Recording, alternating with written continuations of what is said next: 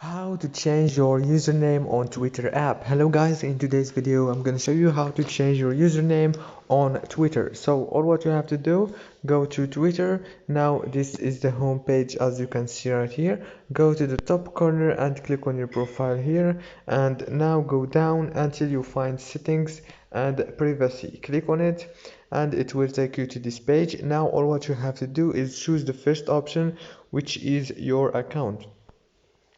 After you click on your account, click account information again and click on your username, and you will be able to change it from here. And after you finish, just click down here below. It's very easy, and I hope this video was helpful. Please don't forget to like and subscribe, and thank you so much for watching this video until the end. See you later. Thank you so much.